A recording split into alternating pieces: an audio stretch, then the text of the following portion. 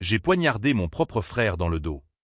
Non pas avec une lame d'acier, mais avec une plume trempée dans l'encre de la trahison. Ce geste, accompli dans les couloirs feutrés d'une tour de verre à la Défense, a fait s'effondrer un empire bâti sur des mensonges. Et pourtant, personne n'a crié au meurtre. Au contraire, les applaudissements ont retenti. Discrets. Comme un murmure dans les salons enfumés des élites parisiennes.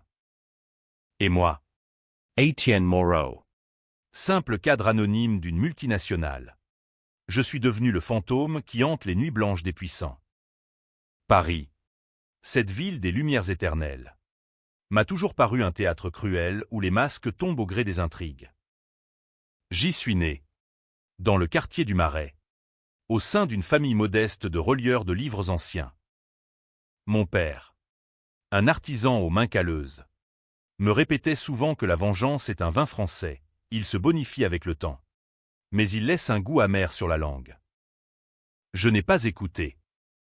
Pas au début. J'étais jeune, Ambiteur. fraîchement diplômé de l'ESSEC, quand j'ai franchi les portes de Lux Finance, la banque d'investissement qui dominait le ciel de la Défense comme un colosse de béton et d'acier. Là, j'ai rencontré Alexandre de Vaucourt, le neveu du PDG, un serpent en costume sur mesure. Alexandre était l'incarnation de l'arrogance héréditaire.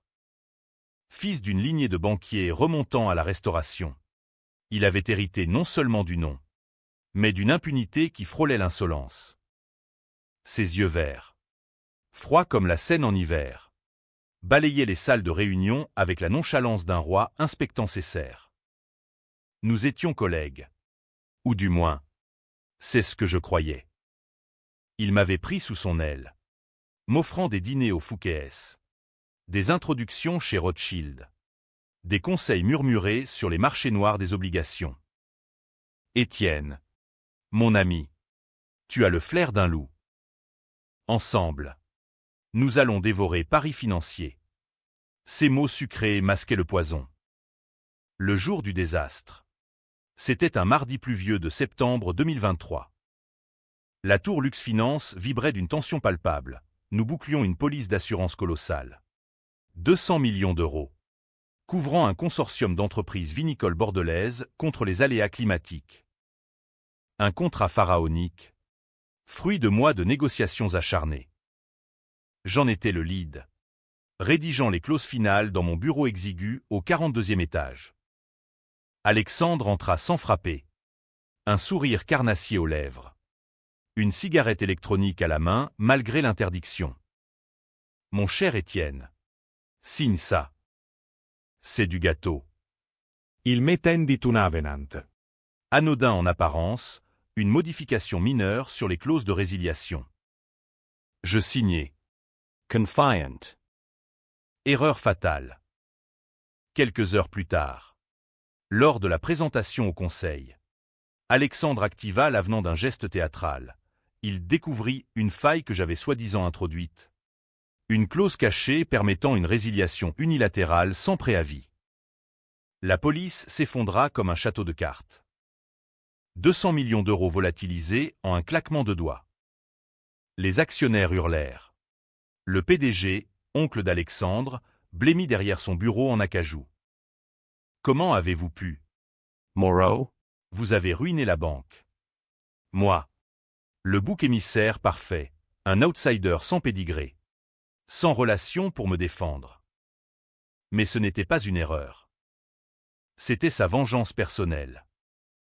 Des mois plus tôt, j'avais surpris Alexandre dans une affaire louche. Il détournait des fonds vers des comptes offshore à Monaco, via des sociétés écrans liées à des oligarques russes. J'avais menacé de le dénoncer. Discretement. Lors d'un verre arrosé au Ritz. Alexandre. Arrête ça. Où je parle. Il avait ri. Mais ses yeux s'étaient assombris. Tu n'es rien. Etienne. Juste un pion. Et voilà, il m'avait piégé, me faisant endosser non seulement la faute, mais un crime financier qui aurait pu me valoir 20 ans à la santé. La police fut annulée. Les clients furieux intentèrent des poursuites. Et Lux Finance vacilla. Moi, suspendu sur le champ, interrogé par la brigade financière dans une salle grise du 36 quai des Orfèvres. Les menottes étaient froides contre mes poignets. Mais plus froid encore était le regard d'Alexandre. Depuis la vitre sans teint, feignant la compassion. Pauvre Étienne. Un moment d'égarement. J'ai juré. Ce jour-là, sur les tombes de mes parents au Père-Lachaise, que je le ferais payer. Pas avec des mots, mais avec les armes de l'ombre, la patience. La rousse. Et ce vin français de la revanche qui fermente dans les caves de l'âme. Les semaines suivantes furent un cauchemar bureaucratique. Assigné à résidence dans mon appartement haussmannien du 7e arrondissement. Sous surveillance électronique, je passais mes nuits à fouiller les archives numériques piratées de Lux Finance. Alexandre, lui, fut promu directeur des risques. Un poste ironique qui le protégeait des retombées. Il paradait au dîner du siècle, toquant du cristal avec des sénateurs, tandis que je rongeais mon frein, consultant en secret un avocat véreux de Belleville, Maître Lefebvre, un ancien procureur recyclé dans les causes perdues. Mon garçon, pour abattre un de vos cours, il faut plus qu'une plainte. Il faut du sang, ou du moins, l'illusion du sang. Mon premier coup fut subtil, une fuite anonyme vers le Canard enchaîné. Un article acerbe, publié un vendredi soir, titrait « Le neveu prodigue, quand l'arrogance coûte 200 millions à la nation ». Pas de preuves directes. Juste des insinuations sur les « erreurs récurrentes » d'Alexandre, agrémentées de citations anonymes de « cadres mécontents ». Le conseil d'administration trembla, des rumeurs de démission circulèrent. Alexandre riposta par un démenti laconique sur LinkedIn, accusant les « jaloux » de sabotage. Mais le doute s'était insinué, comme une brume automnale sur la Seine. Pourtant, ce n'était que l'amuse-bouche. La vraie traque commença quand je découvris le secret enfoui. Alexandre n'était pas seulement un voleur. Il était un imposteur. Son arbre généalogique, si fier, cachait une bâtardise. Sa mère, sœur du PDG, avait conçu Alexandre lors d'une liaison scandaleuse avec un diplomate africain, lors d'un poste à Dakar. Des documents jaunis, exhumés des archives paroissiales de Saint-Sulpice, le prouvaient, un certificat de baptême falsifié, des transferts d'argent suspects vers le Sénégal. Le PDG, obsédé par la pureté du sang bleu, avait étouffé l'affaire, adoptant formellement le « neveu » pour sauver les apparences. J'eus ces papiers entre les mains grâce à une ancienne maîtresse d'Alexandre. Camille. Une attachée de presse aux lèvres pulpeuses et au cœur brisé. Nous nous rencontrâmes dans un café enfumé du quartier latin, sous une pluie battante. Il m'a jeté comme un Kleenex. « Étienne, prends ça, et fais-le saigner. » Ses yeux, rougis par les larmes et le vin rouge, brillaient d'une haine partagée. Je copiai les documents, les scannai, et les enfouis dans un coffre-fort virtuel sur un serveur anonyme à Amsterdam. La tensión montait. Alexandre, flairant le danger, tenta une approche, un appel nocturne. Sa voix suave filtrant à travers mon téléphone. Étienne. Mon vieux, on enterre la hache, Viensdner. on règle ça comme des gentlemen. Je déclinai, feignant la peur. En réalité, je préparais le terrain. J'infiltrais son cercle via un faux profil sur les réseaux sociaux d'élite, posant comme un investisseur qatari en quête de partenariat discret. Il mordit à l'hameçon, m'invitant à une soirée privée au Shangri-La. Là. Au milieu des lustres en cristal et des robes de couturier. Je le vis tel qu'il était, un prédateur affamé, draguant des héritières pour consolider son pouvoir. Je l'observais, notant chaque geste, chaque alliance nouée. Une femme, Une comtesse déchue aux bijoux tapax en grave-l'œil. Murmura à mon oreille, attention à lui. Chérie. Il collectionne les ruines. Ces mots devinrent mon mantra. La nuit s'acheva par une danse forcée avec lui. Sa main moite sur ma taille. Tu reviens parmi nous. Etienne. Son souffle empestait le cognac. Bientôt, répondis-je. Un sourire de requin. De retour chez moi. Je traçai le plan. La revanche ne serait pas un coup d'éclat, mais une symphonie de chute. D'abord, exposer le bâtard. Ensuite, révéler les détournements. Enfin, le pousser à l'abîme, là où même l'argent ne sauve pas. Mais au fond de moi, une voix huaine murmurait, et si j'allais trop loin? Paris. Avec ses boulevards haussmanniens et ses catacombes oubliées. C'est que la vengeance corrompt autant que la trahison. J'ignorais la voix. Le vin était versé, il ne restait qu'à le boire. Les jours suivants, je contactai un hacker freelance. Un gamin de Nanterre au dreadlock et au génie froid. Prenom Karim. Fais-moi une porte dérobée dans le système de Lux Finance. Rien de traçable. Il rit. Un son rauque comme un klaxon de banlieue. Pour toi, frère. C'est cadeau. Ces bourgeois m'ont volé mon enfance. Ensemble, nous plantâmes les graines, des emails falsifiés, envoyés depuis l'adresse d'Alexandre à des journalistes de Mediapart, contenant des bribes des documents sénégalais. Scandale à Lux Finance, le neveu PDG. Un imposteur. L'article tomba comme une bombe. Un matin de brume. Les télévisions nationales en parlèrent. France Inter disséqua l'affaire avec un ton grave. Alexandre Acule. convoqua une conférence de presse rue de la Paix. Son visage, pâle sous les flashs, démentait tout, diffamation pure. Ma famille est irréprochable. Mais le doute gangrenait. Le PDG, son oncle, l'appela en public, un faux pas calculé de ma part. Via un leak, pour exiger des explications. Alexandre. Qu'est-ce que c'est que cette histoire de Dakar? Il craque. Légèrement. Une nuit. Il débarqua chez moi. Ivra. Escorté de 2 gorilles en costard. C'est toi. Hein? Toi et tes manigances de rat d'égout. Il me plaqua contre le mur. Son poing serré. Je sentis son haleine. Un mélange de peur et de rage. Prouve-le, murmurai-je. Il hésita. Puis recula. Riant nerveusement. Tu ne sais pas à qui tu t'attaques. Moreau. Je te briserai. Il partit. Mais le mal était fait, des témoins dans l'immeuble. Un voisin curieux qui appela la police. Son nom à la une. Encore. C'était le début de la fin. Mais la vraie tempête couvait. J'avais un allié inattendu, la veuve d'un ancien partenaire de Lux Finance. Madame Duval. Une dame aux cheveux d'argent et au regard d'acier. Ruinée par les manigances d'Alexandre. Elle me contacta via Lefebvre, je sais pour les fonds offshore. Aidez-moi à le ruiner. Et je vous finance. Son chèque arriva. Substantiel.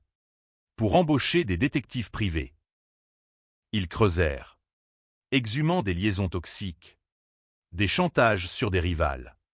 Un réseau de corruption qui s'étendait jusqu'au quai d'Orsay. La tension était palpable.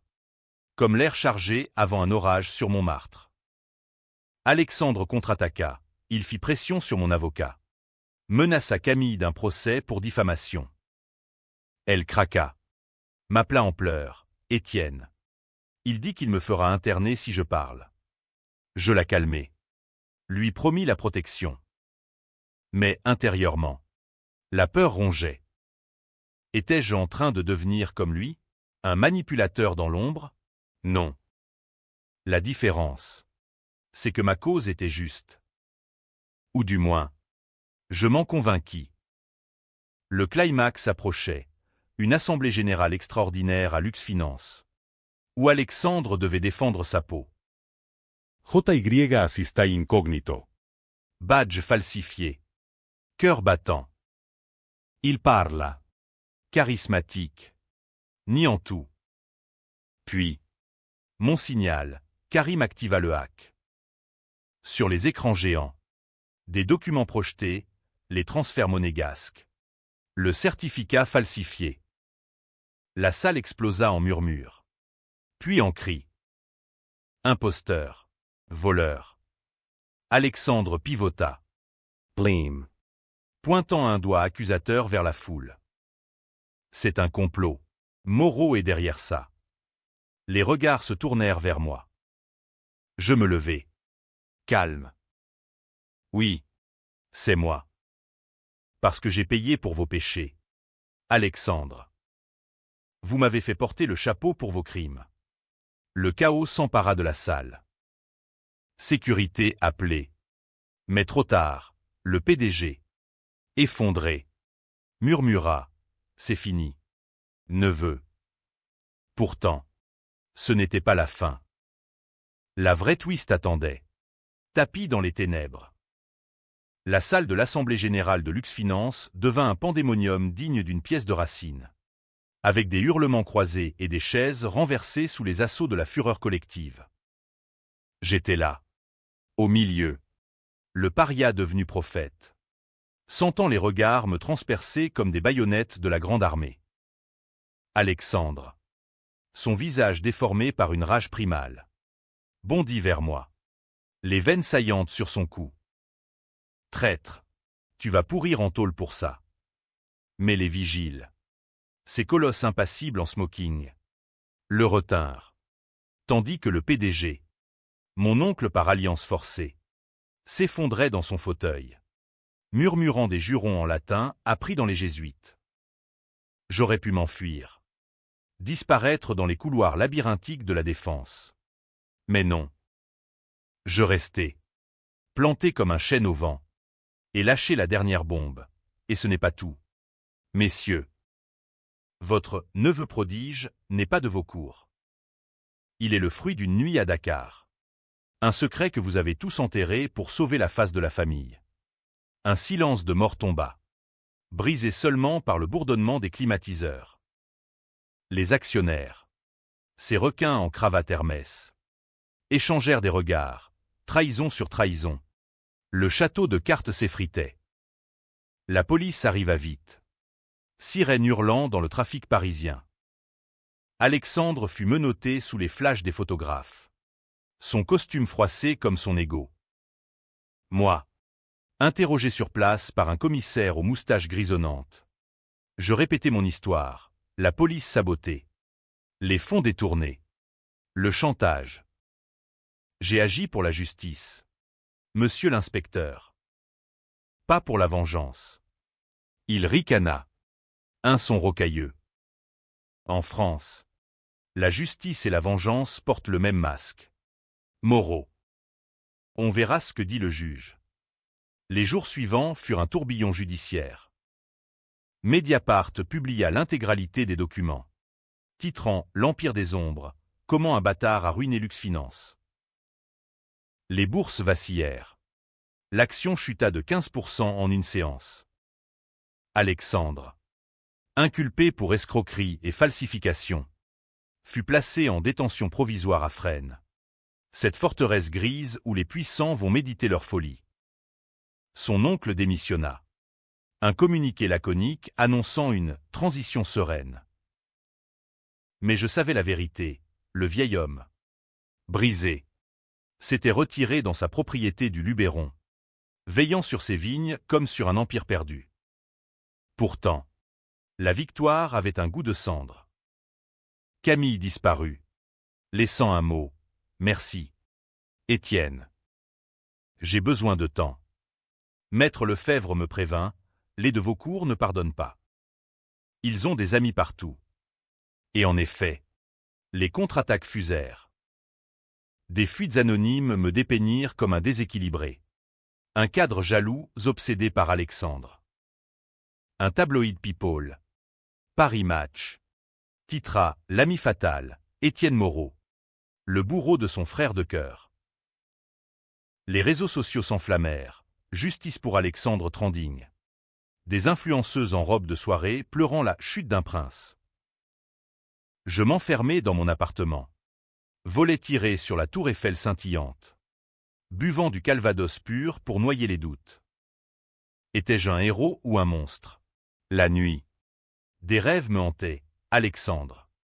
Menotté. Me fixant avec des yeux implorants. Pourquoi? Étienne, nous étions amis. Réveil en sueur. Le goût du regret sur la langue. Mais je ne pouvais reculer. La machine était lancée. Et Paris, cette salope impitoyable, ne tolère pas les demi-mesures. Mon prochain coup visait le cœur financier. Avec l'aide de Karim, je traçais les fonds offshore, 50 millions d'euros nichés dans des paradis fiscaux, via une toile de société écran nommée d'après des châteaux loirés-chers. Je contactais la DGCCRF, anonymement, fournissant les preuves. Une perquisition frappe à Monaco un matin d'octobre, sous un soleil méditerranéen indifférent. Les journaux titrèrent « Blanchiment à la française, le neveu impliqué dans un réseau international ». Alexandre, depuis sa cellule, hurla son innocence lors d'une audience via visio, sa voix déformée par les pixels. C'est Moreau, il fabrique tout. Le juge, une femme aux lunettes sévères nommée Madame Berthier, me convoqua. Dans son cabinet lambrissé du palais de justice, elle me jaugea, Monsieur Moreau. Vos actions flirtent avec la calomnie. Avez-vous des regrets? Je la regardai droit dans les yeux, sentant le poids de l'histoire sur mes épaules. Seul le mien. Madame. J'ai porté le crime d'un autre. Maintenant, je porte ma revanche. Elle hocha la tête. Un sourire fugace. Les Français aiment les tragédies.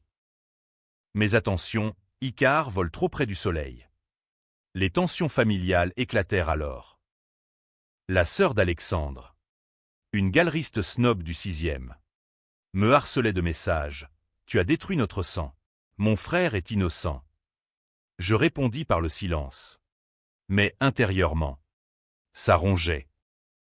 Lors d'une visite à Fresnes, autorisée par miracle, Alexandre me confronta à travers la vitre. Tu crois que tu as gagné? L'oncle prépare sa riposte. Il va te ruiner. Te faire passer pour le vrai escroc. Sa voix, brisée mais venimeuse, me glaça. Était-ce un bluff ou une vérité plus sombre? Je creusai, fouillant les archives de la famille de Vaucourt via un détective. Un ex-flic nommé Raoul, aux cicatrices de barre. Il découvrit l'impensable, le PDG n'était pas victime, il était complice. Les détournements, approuvés en secret pour financer une campagne politique occulte.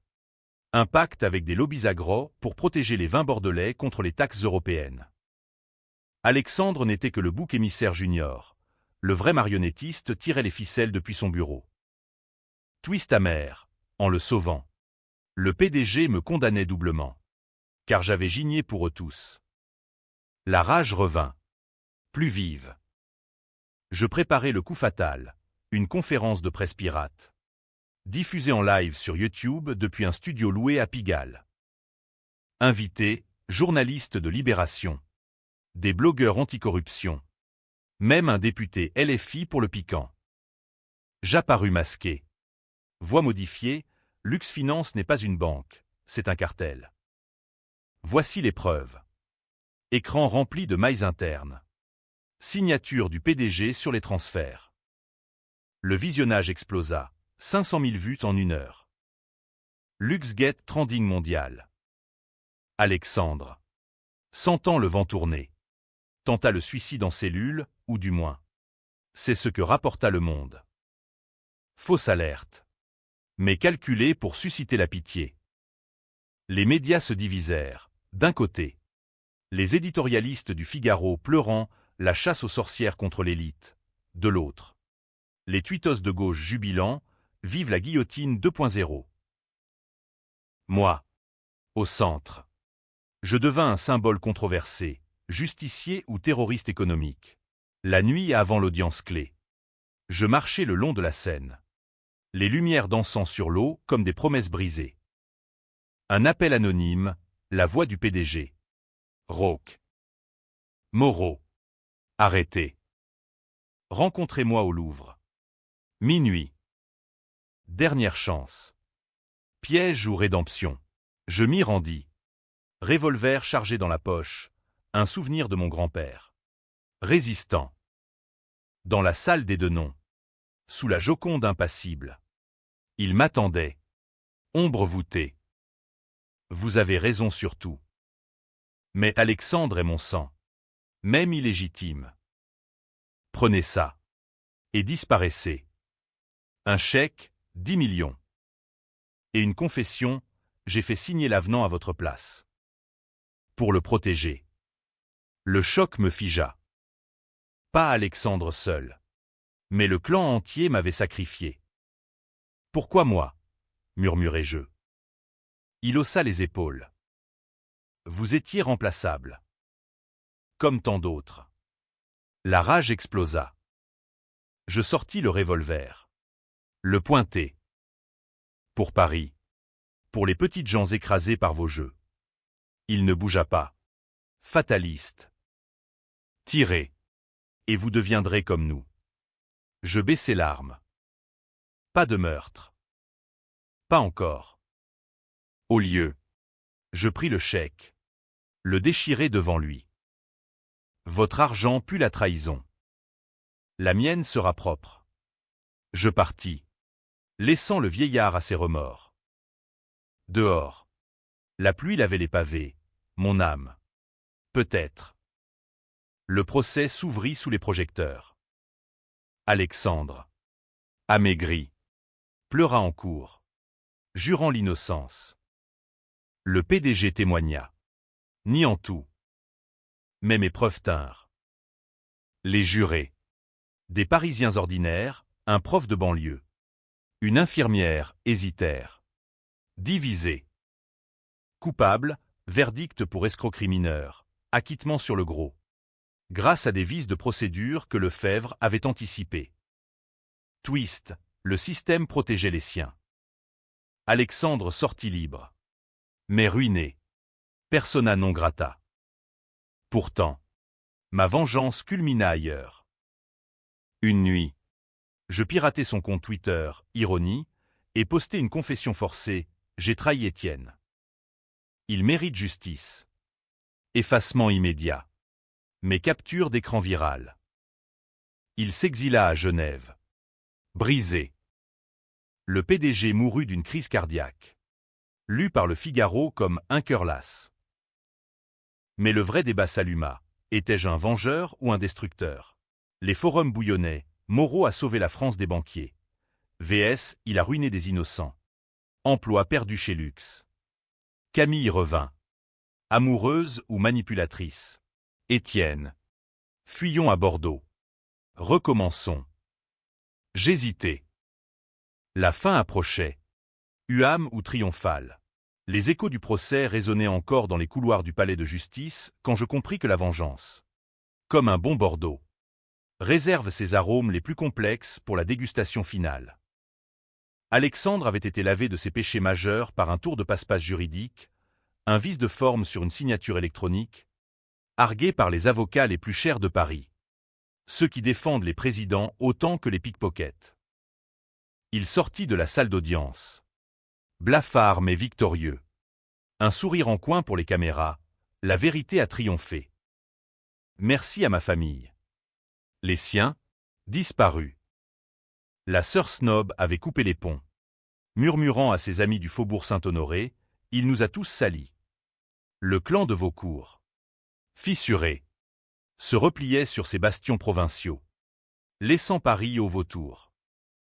Moi, Étienne Moreau, j'étais devenu une énigme ambulante. Les médias me traquaient, un portrait flatteur dans l'Obs. Le justicier des tours. Juxtaposé à un édito venimeux du Point. Le pyromane économique, combien d'emplois a-t-il brûlé? Car oui, Lux Finance avait saigné, 500 licenciements annoncés. Usine fermée à Lille. Famille brisée dans les HLM de la banlieue. Étais-je le héros qui avait exposé la pourriture? Ou le diable qui avait allumé l'incendie? Les débats télévisés s'enflammaient. Avec des économistes en EPAP, clamant Moreau a fragilisé la place financière de Paris. Et des activistes de Nuit debout rétorquant, enfin. Un David contre Goliath. Je me terris dans un hôtel discret de Montparnasse. Payé par les royalties d'un livre fantôme, Mes mémoires. Rédigé par un nègre littéraire de Saint-Germain. Les ombres de la défense. Best-seller éphémère. Me rapporta assez pour fuir. Mais pas pour oublier. Les nuits étaient pires. Cauchemar où Alexandre me poignardait à son tour. Son rire résonnant comme l'écho des halles. Je consultai un psy. Un Viennois expatrié aux théories freudiennes alambiquées. Votre rage est édipienne. Monsieur Moreau. Vous haïssez en lui le père absent. Baliverne. C'était plus simple. Plus français, l'honneur bafoué. Le sang versé injustement. Camille réapparut comme une apparition. Lors d'une averse sur le boulevard Raspail. Elle portait une robe noire moulante. Ses cheveux mouillés collant à ses épaules. Étienne. Je t'ai vu à la télé. Tu es magnifique dans ta colère. Nous dînâmes au Dôme. Huîtres et Chablis. Parlant de tout sauf de lui. Mais sous la table. Sa main sur ma cuisse trahissait l'urgence. Viens avec moi à Nice. Loin de cette folie. Son regard. Mi-suppliant, mi-séducteur. Ravivait une flamme que je croyais éteinte. Était-ce amour? Ou un nouveau piège? Les femmes de Paris sont des sphinx. Elles devinent vos faiblesses avant que vous ne les voyiez. Pourtant, je déclinai. La revanche n'était pas achevée. Le PDG était mort, crise cardiaque. Officiellement, empoisonnement au stress. Pour les ragots. Mais son legs pourrissait encore. J'appris, via Raoul le détective, que les fonds restants, 30 millions, avaient été rapatriés vers une fondation caritative bidon, aide aux vins traditionnels. Un écran pour laver l'argent via des dons à des églises gasconnes. Ironie, Alexandre. Exilé à Genève dans un appartement lugubre surplombant le lac Léman. Pilotait ça depuis un laptop anonyme. Il s'était réinventé en consultant freelance. Charmant des startups suisses avec son bagou de parisien. Je volai jusqu'à Genève. Billet le coste. Cœur battant comme un tambour de la Bastille. La ville, propre et froide, me parut un exil paradisiaque pour un serpent. Je le pistai via des apps de géolocalisation hackés par Karim, gratos. Frère. Pour la cause. Il vivait modestement. Un studio à Carouge. Mais ses dîners avec des banquiers helvétiques trahissaient l'ambition intacte. Je m'infiltrai comme livreur de sushis. Un soir de brouillard. La porte s'ouvrit sur lui. En peignoir de soie. Surpris. Moreau, qu'est-ce que... Entrez. Avant que les voisins jasent. La confrontation fut surréaliste. Digne d'un film de Chabrol. Assis sur son canapé IKEA. Un verre de gin à la main. Il me fixa. Tu es venu finir le job? Tue-moi. Vas-y. Mais sache que je n'ai jamais voulu te détruire. C'était l'oncle. Il m'a forcé à te piéger. Pour couvrir ses propres magouilles politiques. Mensonge ou vérité? Ses yeux vers menteur. Vacillèrent. Je sortis une clé USB, les preuves de la fondation. Arrête. Ou je balance tout à la FINMA. Il rit. Amer. Et après, tu auras gagné quoi? Une médaille de la République. Nous parlâmes des heures. Un duel verbal sous les lumières tamisées. Il avoua des bribes, la liaison de sa mère. Réelle, les pressions du PDG. Implacable, même une brève admiration pour moi. Le frère que je n'ai jamais eu. Était-ce du remords? Ou une nouvelle manipulation. À l'aube, je partis sans un mot, laissant la clé. De retour à Paris, je diffusai les docs via un whistleblower anonyme. La fondation s'effondra. Alexandre fuit vers Dubaï. Dernier refuge des exilés fiscaux. Mais le vrai chaos trao vint de l'intérieur. Lefebvre m'appela. Voix tremblante, Étienne. J'ai fouillé plus loin. Vous avez signé l'avenant original. Pas sous contrainte, mais volontairement. Une clause secrète pour un bonus personnel. Le monde bascula. Flashback, ce mardi pluvieux. Alexandre me tendant le papier. Avais-je lu? Ou, ambitieux, fermer les yeux pour grimper? Le doute me rongeait. Étais-je innocent? Ou complice? La révélation me brisa. Je confrontai mes propres démons dans un confessionnal de Notre-Dame, ironie. Avant l'incendie. Murmurant à un prêtre anonyme. Père. J'ai cherché la vengeance. Mais c'était peut-être la mienne à expier. Il répondit, la France est faite de ses ambiguïtés. Mon fils. Pardonnez-vous d'abord. Les médias flairèrent le sang. Un leak, Karim, fit surface, Moreau impliqué dans le sabotage. Les camps se divisèrent plus que jamais. Pour les uns, j'étais un martyr piégé, pour les autres, un opportuniste masqué. Alexandre, depuis Dubaï, posta une vidéo, Étienne et moi, victimes du système. Réconcilions-nous. Faux semblant. Mais ça sema le chaos. Camille choisit son camp. C'est fini. Étienne. Tu es toxique. Elle partit pour Lisbonne, emportant mon cœur en lambeaux. Seul. Je préparais le twist final. Une lettre au juge Berthier, confessant ma possible négligence. Madame. Si j'ai failli. Jugez-moi. Audience extraordinaire, moi en témoin star. Alexandre en visio depuis les Émirats. Il larmoya. Nous étions manipulés tous les deux. Le public. Divisé. Applaudi ou hua. Verdict, non-lieu pour tous. Faute collective du système. Libre. Mais hanté. Je marchais vers la Loire. Vignes automnales rougissant comme du sang. Vengeance accomplie, ou cycle recommencé. Paris. Au loin. Scintillait. Indifférente. La Loire, avec ses châteaux flous dans la brume matinale, m'offrit un répit illusoire. Un interlude champêtre au milieu du tumulte urbain que j'avais déchaîné. J'avais loué une chambre dans un relais postérieur à Amboise. Mur de pierre couvert de lierre, où les fantômes de Léonard de Vinci semblaient murmurer des secrets alchimiques. Là, je noyais mes tourments dans du chinon rouge, cuvée d'un vigneron local aux moustaches jaunies par le tabac. La vengeance, c'est comme le vin. M'sieur, ça monte à la tête, mais ça laisse la gueule pâteuse. Ces mots, prononcés avec l'accent tourangeau, résonnaient comme une sentence. De retour à Paris, la ville m'accueillit avec sa férocité habituelle, graffiti sur les murs de la Sorbonne clamant « Moreau égale héros ou zéro ». Et des invitations à des débats télé où l'on m'opposait des économistes libéraux aux yeux froids. J'acceptais l'une. Sur France 2, face à un professeur de Sciences Po prénommé Laurent, un clone d'Attali en plus jeune.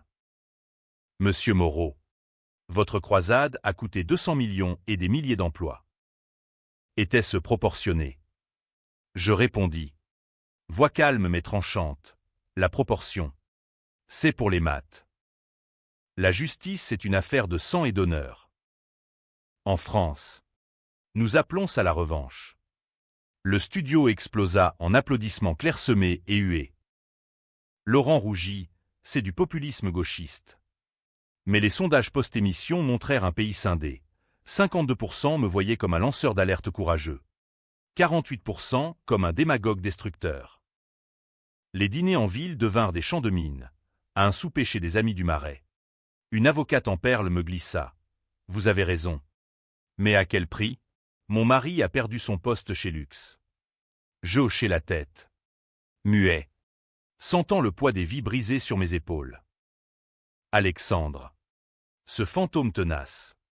Refit surface via un canal inattendu, une lettre manuscrite. Postée de Dubaï. Arrivée dans ma boîte aux lettres du 7e. Son écriture. Élégante malgré l'exil. Décrivait un repentir larmoyant. Étienne. J'ai tout perdu, famille. Fortune. Dignité. Mais en perdant. J'ai compris. Rejoins-moi. Ensemble. Nous pourrions écrire un livre. Laver nos noms. Piège. Où je nuis une catharsis. Je brûlai la lettre dans l'évier. Les flammes d'encens comme des diables de Bosch. Pourtant. Une graine de doute germa. Et si la vraie trahison était la mienne? Envers moi-même, Karim. Mon hacker allié. Disparu alors. Un appel manqué. Puis un message crypté. Ils m'ont tué. Frère. Cours. Ils. Les sbires restants des de vos cours. Ou la DGSI flairant le piratage. Je fouillai. Paniqué. Mais rien. Son appartement à Nanterre. Vidé. Ne laissait que des câbles emmêlés et un poster de Che Guevara déchiré. La peur. Cette vieille compagne. Revint. J'étais traqué. Non plus par la loi. Mais par les ombres. Des nuits blanches à guetter les bruits dans l'escalier. Revolver sous l'oreiller. Camille. Exilée à Lisbonne. M'envoya une photo, elle sur une plage de l'Algarve. Sourire éclatant. Un homme anonyme à ses côtés. Nouvelle vie. Étienne. Pardonne-moi. Le coup porta, j'avais vengé pour elle. En partie. Et elle choisissait l'oubli. Rage ou libération. Je volai jusqu'à Lisbonne. Impulsif. Billet en poche. La ville. Azuléjo bleu et fado mélancolique. M'engloutit dans sa nonchalance atlantique. Nous nous rencontrâmes au Chiado. Café bondé de touristes. Pourquoi lui? Demandai-je. Voix brisée. Elle haussa les épaules. Yeux verts, ironie. Comme ceux d'Alexandre. Parce qu'il ne porte pas le poids du monde. Étienne. Toi. Tu l'écrases tout. Nous fîmes l'amour une dernière fois. Dans une pousada surplombant le Tage. Corps emmêlé comme dans un tango argentin ou français. Passionné et destructeur. Au matin. Elle partit. Laissant un mot, la vengeance t'a sauvé. Mais elle t'a tué aussi. Vrai. De retour à Paris. Je sentis le vide, ma croisade achevée. Que restait-il? Un appartement froid. Des factures. L'écho des scandales. Mais le destin. Ce farceur sartrien. Réservait un dernier acte. Maître Lefebvre m'appela. Excité. Étienne. Une succession. Le PDG a laissé un codicile. Une part de Lux Finance à l'homme qui a exposé la vérité. C'est vous. Ironie suprême, vengeur devenu héritier. Les actionnaires. Furieux. Contestèrent. Mais le testamentin, clause anti-contestation. Rédigé par un notaire rusé. Je devins minoritaire. Voix au chapitre. Capable de bloquer les nominations. Alexandre apprit la nouvelle via les tabloïds. Et réagit par une vidéo YouTube enflammée, Moreau vole mon héritage. C'est la cerise sur le gâteau de sa trahison. Vues, millions. Les camps se radicalisèrent. Pétition pour me destituer. Manifestation devant la bourse avec pancarte « Justice pour le neveu ». D'autres. Des syndicats ouvriers. Défilèrent pour moi. Moreau. Notre bouclier contre les barons. Paris. Ville des extrêmes. Bouillonnait. Je convoquai une AG extraordinaire. Mon premier acte en tant qu'actionnaire. Salle comble. Tensions électriques. Alexandre. Revenu incognito. S'assit au fond. Capuche rabattue. Je parlais. Sans note, cette banque a été bâtie sur des mensonges. J'ai détruit pour reconstruire. Acceptez-le. Ou partez. Vote divisé. 51% pour ma vision, transparence. Fonds pour les employés licenciés. Alexandre se leva. Ovationné par ses alliés, dictature du justicier. La nuit. Il m'attendit dans une ruelle de la Défense. Couteau à la main, l'arme du désespoir. Finissons en. Étienne. Lutte féroce. Sous la pluie. Poing et lame. Je le désarmai. Le plaquai au sol. Pas comme ça. Pas de sang. Il pleura. Brisé, aide-moi. Je suis perdu. Pitié ou calcul? Je l'aidai à se relever. Appelez un taxi. Va-t'en. Et ne reviens pas. Le lendemain, il postéa une confession totale. J'ai trahi Étienne. Il m'a pardonné. C'est à moi de me racheter. Suicide symbolique, il rentra au Sénégal. Cherchant ses racines. Adoptant le nom de sa mère biologique. Twist, le bâtard réclamait son vrai sang. Pour moi. La paix fragile. Luxe renaquit. Réformé. Mais les débats perdurèrent. Forum. Livre. Même un film annoncé par Luc Besson. Étais-je saint ou damné? La réponse. Française jusqu'au bout. Était, les deux. L'aube se levait sur Paris. Cette lumière rosée filtrant à travers les voilages de mon nouvel appartement, un pied-à-terre offert par la banque rénovée. Au cœur du triangle d'or. Avec vue sur les Champs-Élysées. Ironie du sort, le vengeur logeait désormais parmi les puissants qu'il avait tant haïs. Les matins. Je prenais mon café noir sur le balcon, observant les joggeurs matinaux et les livreurs de croissants, me demandant si la roue du destin avait tourné pour de bon, ou si elle ne faisait que se préparer à un nouveau tour cruel. Alexandre, exilé au Sénégal, m'envoyait des cartes postales sporadiques, images de plages de Dakar. Mot laconique, la paix est un sable fin. Étienne. Viens un jour. Invitation ou moquerie. Je les rangeais dans un tiroir. Avec les cicatrices. La banque. Rebaptisée Nova Finance sous mon influence minoritaire. Boitillait vers la rédemption. J'avais imposé des audits transparents. Des fonds d'indemnisation pour les licenciés. 50 millions redistribués. Un geste que les syndicats saluèrent comme un pas gauchiste dans la finance. Mais les anciens barons murmuraient dans les couloirs. Moreau le parasite. Un surnom qui collait à ma peau comme une seconde trahison. Lors des conseils, je votais contre les bonus exorbitants. Pour des investissements verts en Occitanie. Provoquant des regards assassins. Vous jouez au Robin des Bois. Moreau lâcha un VP bedonnant. Et vous, au shérif de Nottingham, répliquai-je. Rire forcé. Mais la fracture persistait. Les médias. Affamés.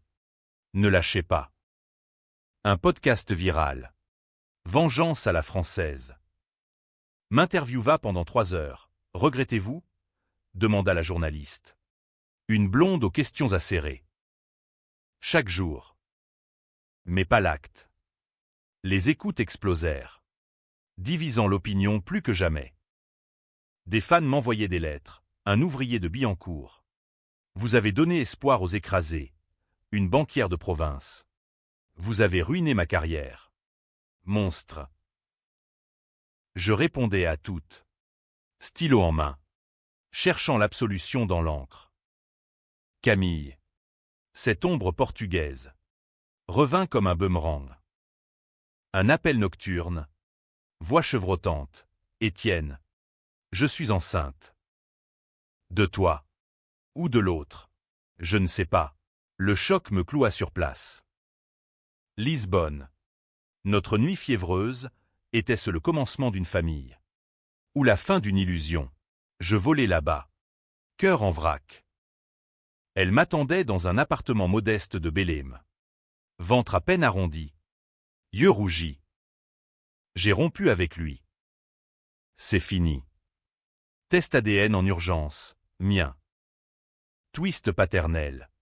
Inattendu dans ma tragédie. Nous tentâmes une vie. Elle et moi. Entre Paris et Lisbonne.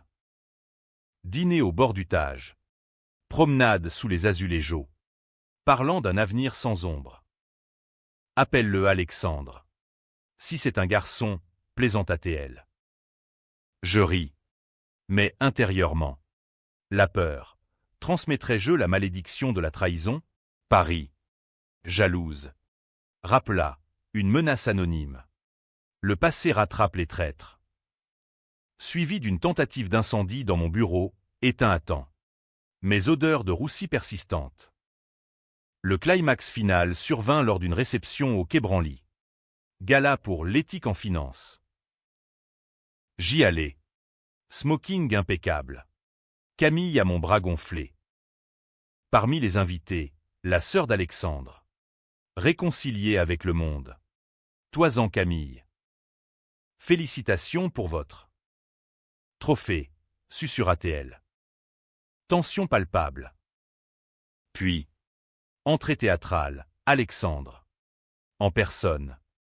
Costume blanc d'exilé chic. Sourire carnassier. Surprise. Paris. Murmure. Flash. Il s'approcha.